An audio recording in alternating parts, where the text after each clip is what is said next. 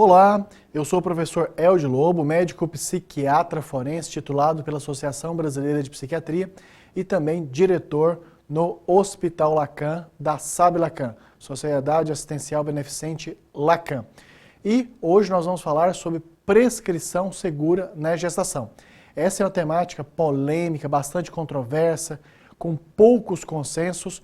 Pelo motivo óbvio, é difícil ter autorização em algum país do mundo para fazer pesquisa em mulheres gestantes usando medicamentos. Então, por isso que os níveis de evidências muitas vezes são questionáveis. Então, o uso de medicamentos na gestação tem uma grande diferença. Antes, vamos falar de algumas diferenças que existem da especialidade médica psiquiatria de outras especialidades, como, por exemplo, a infectologia. Na infectologia, comparativamente com a psiquiatria, é possível realizar tratamentos com maior especificidade. Por exemplo, em um caso de infecção urinária em que o paciente queixa-se dor ao urinar, irritação, redução do volume urinário, está indo várias vezes ao banheiro, com desconforto no pé da barriga, febre, e que este paciente realiza um exame de urina, é tanto possível confirmar que está com infecção urinária e até por alguns recursos de laboratório saber qual é o antibiótico que vai ter o melhor efeito no tratamento daquela infecção urinária. Isto, então, é uma especificidade da infectologia. Enquanto que na psiquiatria nós temos uma dificuldade de realizar alguns diagnósticos e em sendo realizado o diagnóstico também tem mais de um tipo, até mais de uma classe medicamentosa que trata o mesmo transtorno mental. Como, por exemplo, temos o transtorno afetivo bipolar, tanto a classe dos estabilizadores do humor, como também a classe dos anticonvulsivantes e a classe dos medicamentos antipsicóticos, tendo possibilidade de uso nesse tratamento do transtorno afetivo bipolar. Ou seja, há uma inespecificidade na psiquiatria em comparação à infectologia. Outra questão também, que tem especialidades médicas que fazem tratamentos curativos, ou seja, vamos comparar novamente com a infectologia. Diante de um paciente com pneumonia, é possível curar, é possível resolver definitivamente a pneumonia. Diante de um paciente com amigdalite, é possível, com tratamento específico por antibiótico, resolver, eliminar a amigdalite, ou seja, o paciente fica curado da amigdalite. Enquanto que, na psiquiatria, as ações terapêuticas, elas têm finalidade não curativa, mas especificamente de estabilização dos sintomas, reversão dos sintomas e manutenção da pessoa sem a expressão de sintomas do humor, cognitivos, afetivos, comportamentais, psicóticos. Então, esta é outra diferença. E muito importante que os medicamentos de prescrição médica na psiquiatria, eles ultrapassam a barreira placentária, ou seja, de fato, a paciente gestante que está usando medicamentos psiquiátricos, a maioria deles atravessam a barreira da placenta e vão ter contato com o feto. E a escolha prescritiva, ou seja, o medicamento que vai ser usado em uma paciente gestante com algum transtorno mental, incluindo desde dependência química até um transtorno ansioso, vai depender do bom senso médico, pautado, fundamentado na literatura científica. E nós voltamos a falar, então, dessa questão do comparativo entre psiquiatria e infectologia. Para resumir, na infectologia, os tratamentos são mais específicos, para muitos casos, curativo, com resolução definitiva, que pode ser embasada em exames laboratoriais. Na psiquiatria, nós temos tratamentos inespecíficos, por comparação, que não são curativos e que ainda, muitas e muitas vezes, precisa trocar essa medicação várias vezes para obter um resultado terapêutico desejado. Então, a primeira parte do tratamento de mulheres gestantes com doença mental, com transtorno mental, incluindo, por exemplo, a dependência química. Sempre devemos lembrar o que algumas vezes deixamos de reconhecer, que deve-se dar o tratamento, especialmente, em primeira parte da prescrição médica, da dieta, ou seja, pacientes com dependência química e hipertensão receberão a dieta hipossódica e com as especificidades da gestação. Paciente dependente química mais diabética vai receber a dieta para diabetes com especificidades do grau de desnutrição secundário à dependência química. E em sistemas eletrônicos é muito mais fácil ter as prescrições, porque elas já podem estar pré-estabelecidas em sistemas como MV, TASI, que são sistemas eletrônicos de prescrição e controle de dados hospitalares. Alguns adoecimentos melhoram exclusivamente com dietas. Importante dizer que na maioria das especialidades médicas, o tratamento é através de medicamentos, cirurgias, intervenções que são de natureza cirúrgica, por exemplo. Enquanto que na psiquiatria, tem alguns adoecimentos que melhoram exclusivamente com a dieta, obviamente sem menosprezar a intervenção de outros profissionais em uma equipe multiprofissional. É o caso, por exemplo, de anemia.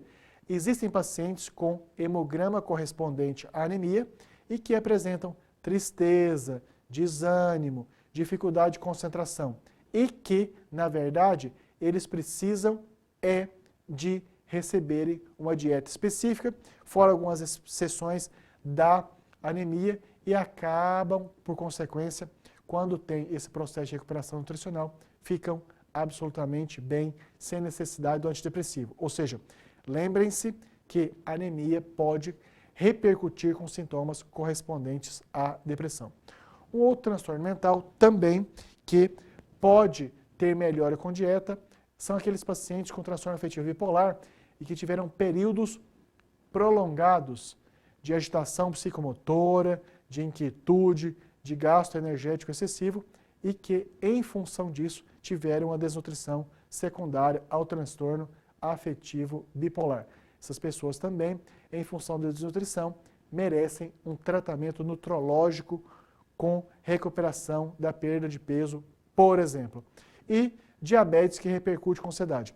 Alguns pacientes com diabetes mellitus, eles têm, além dos efeitos sobre diferentes sistemas orgânicos, podem também repercutir mentalmente com sintomas correspondentes à insatisfação exagerada, diferente do que era antes, algum nível de irritabilidade e aquele desconforto correspondente à ansiedade, ou seja, aquela manifestação desconfortável antecipatória.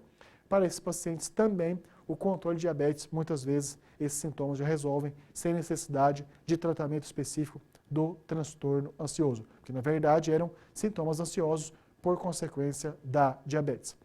Esse slide então é para mostrar que tem algumas condições clínicas da psiquiatria que elas resolvem muito bem apenas com dieta.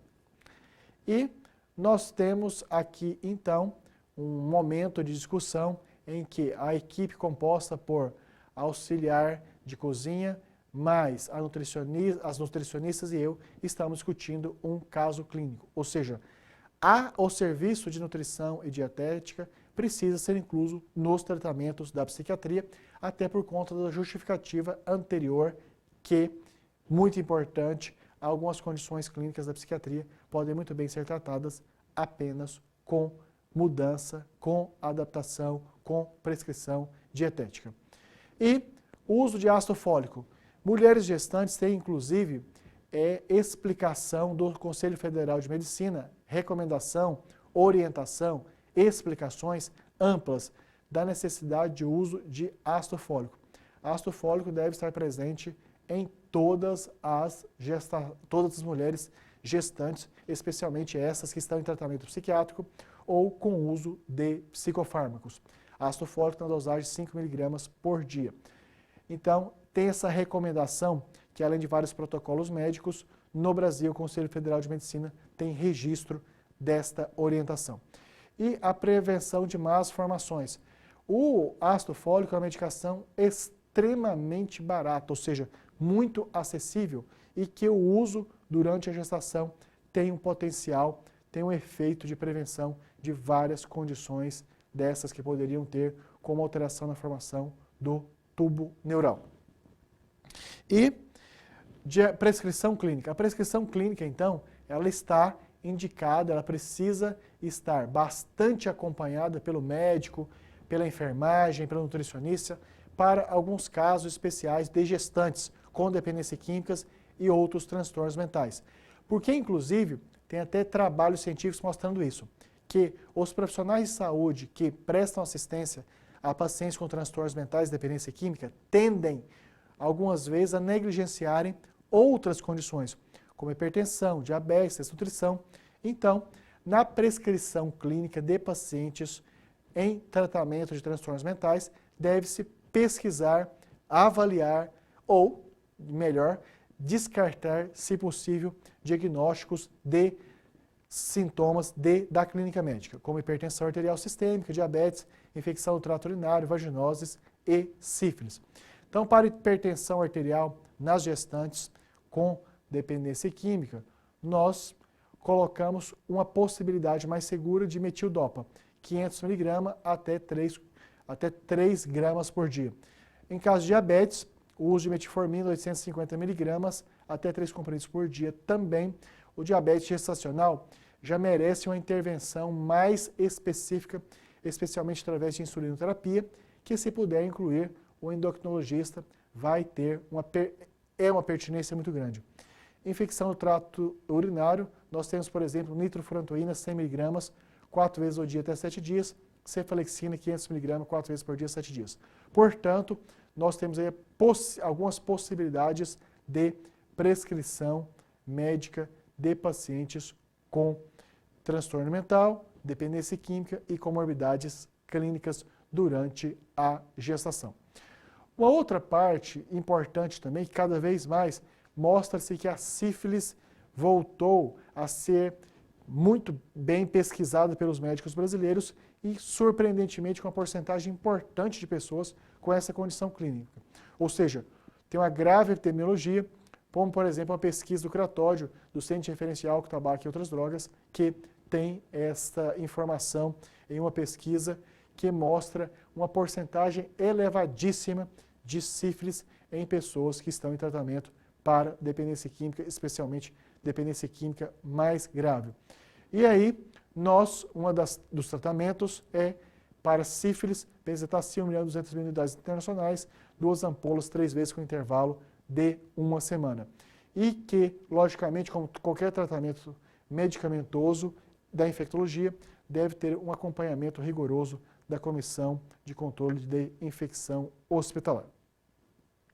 Então, aqui é uma discussão entre eu, médico, mais a farmacêutica, mais a auxiliar de farmácia sobre as prescrições. Essa é uma parte muito importante também de que o médico deve estar em sintonia com o departamento de farmácia para que organize e controle especialmente a prescrição de antibióticos para os melhores relatórios possíveis da Comissão de Controle e Infecção Hospitalar. Então, os psicofármacos na gestação. Um padrão, 1 mês sem uso de drogas para discutir o diagnóstico psiquiátrico. Ou seja, existem pacientes que, em função, por exemplo, do uso de maconha, desenvolvem sintomas depressivos pelo uso de maconha.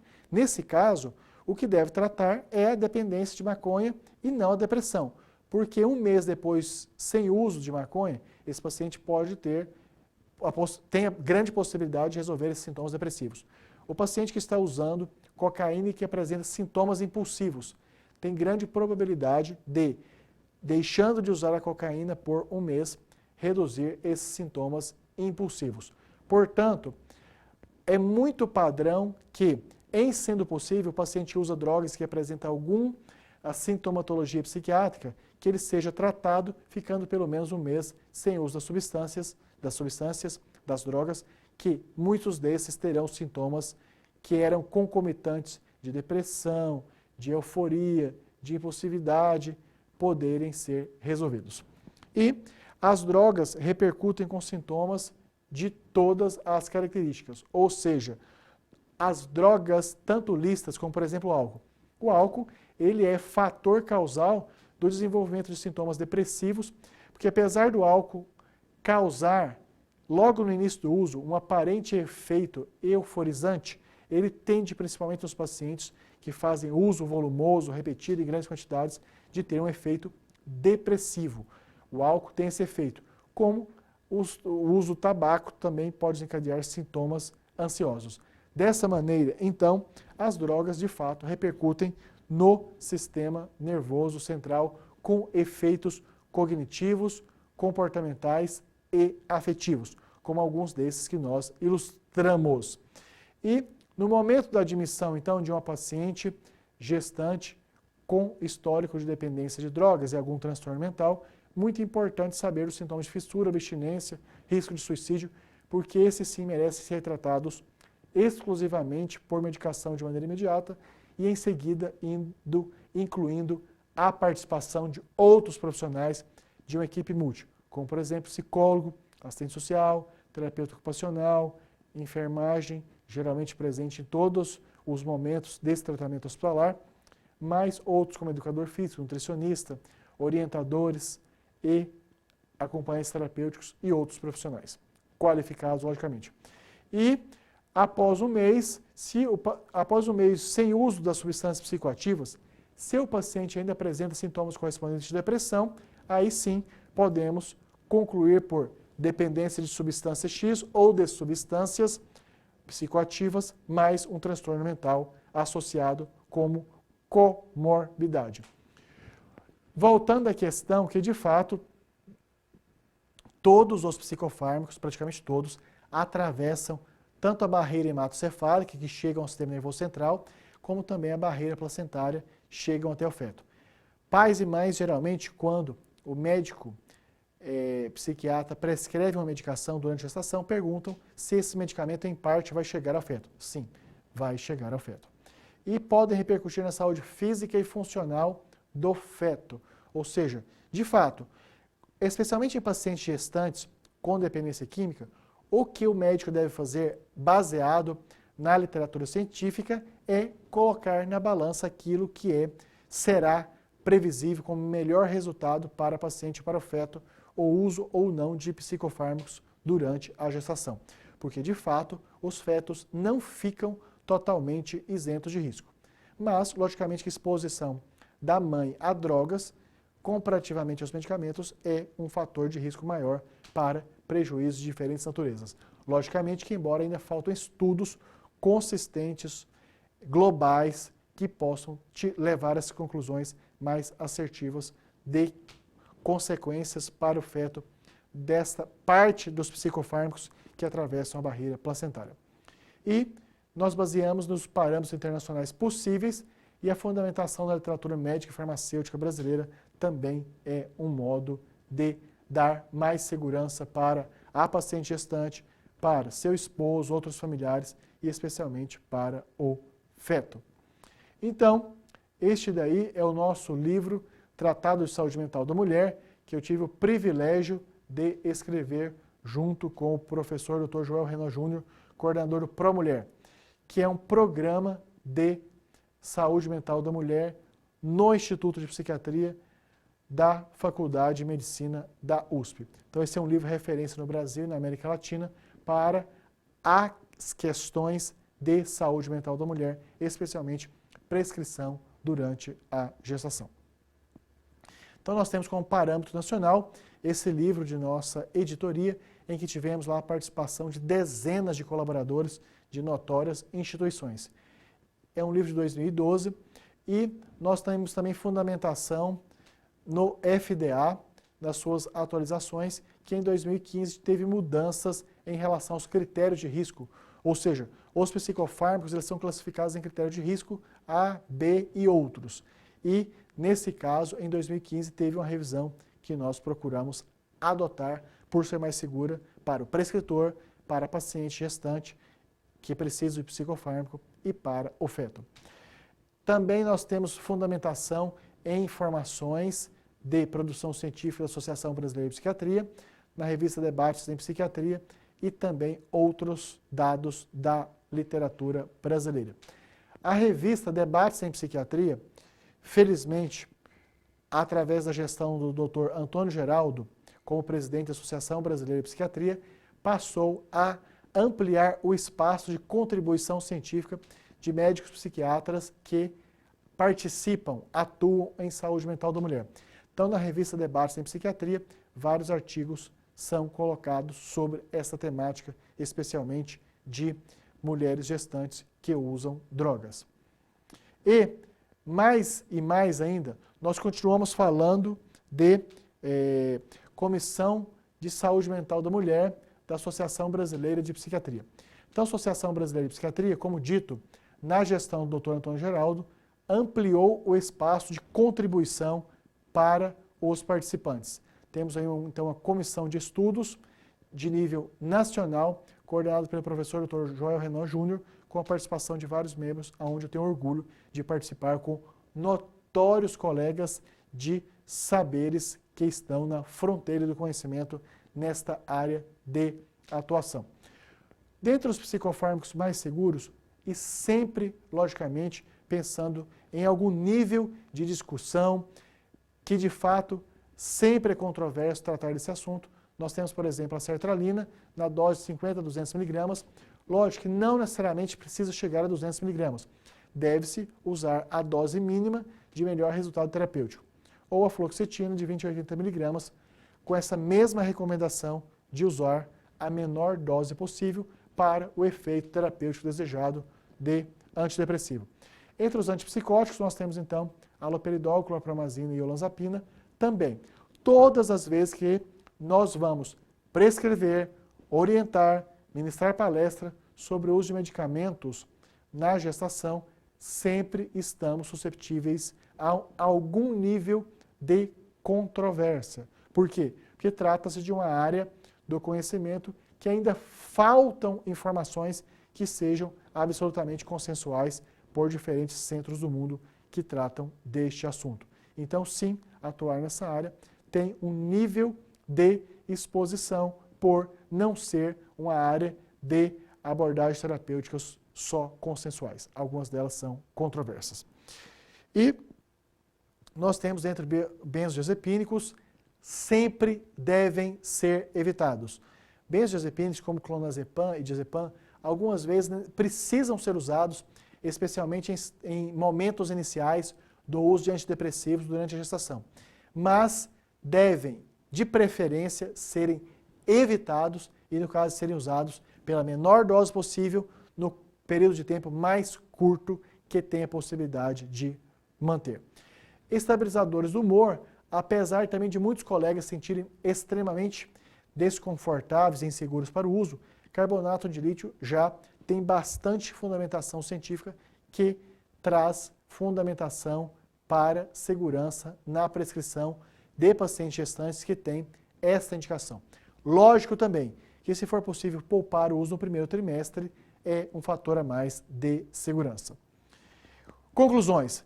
Então, sobre essa temática de gestação mais dependência química na gestante, gestação mais transtorno mental na gestante, são aspectos bem importantes, ainda em ampla discussão, não são plenamente consensuais e sempre vai precisar de uma equipe multiprofissional. Isso não isenta uma equipe multiprofissional participar dos processos de tratamento de pacientes gestantes com dependência química ou transtorno mental.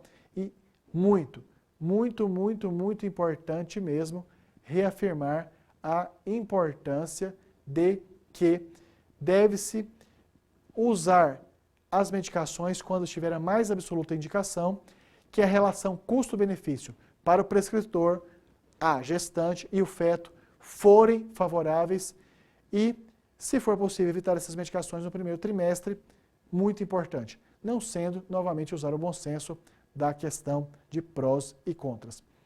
Essa é uma prescrição, suplementação vitamínica é sempre necessário. A prescrição clínica tem mais segurança. Na psiquiatria tem inespecificidades, ou seja, é o caso de um mesmo transtorno mental, como por exemplo transtorno bipolar, ser tratado por 3 diferentes classes de medicamentos e muitos aspectos são controversos e o que se tem que fazer é fundamentar o máximo possível no quadro clínico da paciente, no histórico obstétrico do médico ginecologista que está fazendo acompanhamento fetal, mas na escolha da medicação mais apropriada possível, com o maior índice de classificação de segurança para atingir o resultado terapêutico na menor dose e no menor período de tempo, se possível. Então esta foi uma aula que tem informações alusivas à prescrição médica, o que faz reafirmar que aí trata-se de um ensino exclusivo para médicos. E sempre levando em consideração que o tratamento em dependência química, em transtorno mental, deve ser na perspectiva multiprofissional. Mais uma vez, eu quero agradecer muito por estarem acompanhando o nosso canal, as nossas redes, estudando conosco, entendendo conosco, mandando mensagens, e fiquem à vontade para me contactarem pelos e-mails eldio.ribeiro@hospitalacan.com.br e lobo@vidamental.com.br. Também pelo telefone celular WhatsApp 11 99622 8835. Então, esta aí foi uma aula sobre a questão dos transtornos mentais, da dependência química e o uso de psicofármacos. Ou seja, é uma área de conhecimento muito importante e ainda carente de informações que sejam contextuais. Mais uma vez, pela sua atenção, o meu muito obrigado.